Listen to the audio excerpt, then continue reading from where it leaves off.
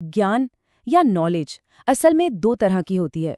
एक वो जो हमें किताबों से मिलती है और दूसरी वो जो जिंदगी खुद सिखाती है। तो आज एक छोटी सी कहानी के जरिए हम यही देखने वाले हैं कि जब जिंदगी में कोई तूफान आता है ना, तो इन दोनों में से कौन सा ज्ञान सच में हमारे काम आता है। तो चलिए इसी सवाल को लेकर इस कहानी के गहरे पानी में उतरते हैं। सवाल सीधा सा है, आखिर वो कौन सा ज्ञान है जो रियल लाइफ की मुश्किलों में सबसे ज्यादा मायने रखता है।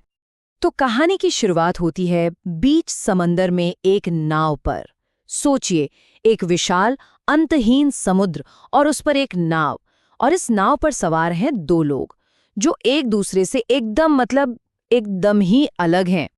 एक तरफ तो है एक यंग प्रोफेसर, डिग्रियों की भरमार, हर विषय का किताबी ज्ञान, मतलब एकदम पढ़ा लिखा विद्वान। और दूसरी तरफ एक बूढ़ा अनपढ़ नाविक, जिसे दुनियादारी की तो नहीं पर अपनी नाव चलाने की पूरी समझ है। अब सफर तो लंबा था और प्रोफेसर साहब अपने ज्ञान के घमंड में, जिसे कहते हैं ना, एकदम चूर थे। तो उन्हें लगा चलो टाइम पास करने के लिए इस बेचारे अनपढ़ नाविक का थोड़ा इम्तिहान ही ले लिया जाए, थोड़ा मजा भी आएगा और अपनी सुपीरियोरिटी भी साबित हो जाएगी। तो उसने बड़े रौब से नाविक से पूछा, सुनो बूढ़े आदमी, क्या तुमने कभी जियोलॉजी पढ़ी है? अरे भाई, पृथ्वी का विज्ञान, जिस धरती पर तुम रहते हो उसके बारे में कुछ जानते भी हो? अब नाविक ने, बेचारे ने, बस ना में सिर हिला दिया।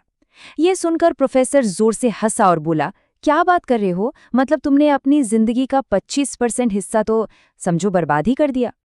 प्रोफेसर रुका नहीं। थोड़ी देर बाद उसने फिर एक सवाल दागा। अच्छा चलो ये बताओ, क्या तुमने ओशनोलॉजी पढ़ी है? मतलब समुद्र का विज्ञान। अरे सारी जिंदगी तो इसी समुद्र में गुजार दी है। नाविक का जवाब फिर वही था, नहीं।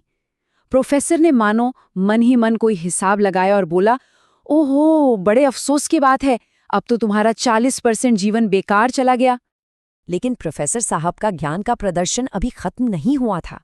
उसने एक और सवाल पूछा। चलो आखिरी सवाल, मटेरियल साइंस के बारे में कुछ जानते हो?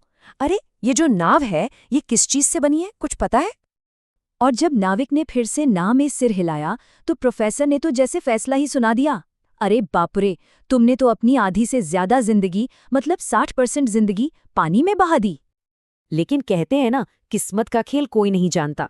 ठीक उसी वक्त कहानी में एक जबरदस्त ट्विस्ट आता है।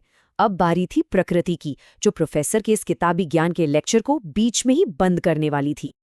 और फिर अचानक सब कुछ बदल गया। शांत समंदर में एक भयंकर तूफान आ गया। नाव चारों तरफ से घिर चुकी थी। देखते ही देखते आसमान काला पड़ गया। बड़ी बड़ी लहरें नाव से ऐसे टकराने लगीं जैसे उसे निगल ही जाएंगी।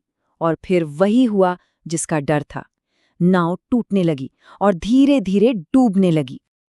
अब इस जानलेवा मुसीबत में सारी ओलॉजी धरी की धरी रह गई। सारा किताबी ज्ञान बेकार हो गया और जो समीकरण था दोनों के बीच, वो पूरी तरह से बदल गया। पासा पलट चुका था।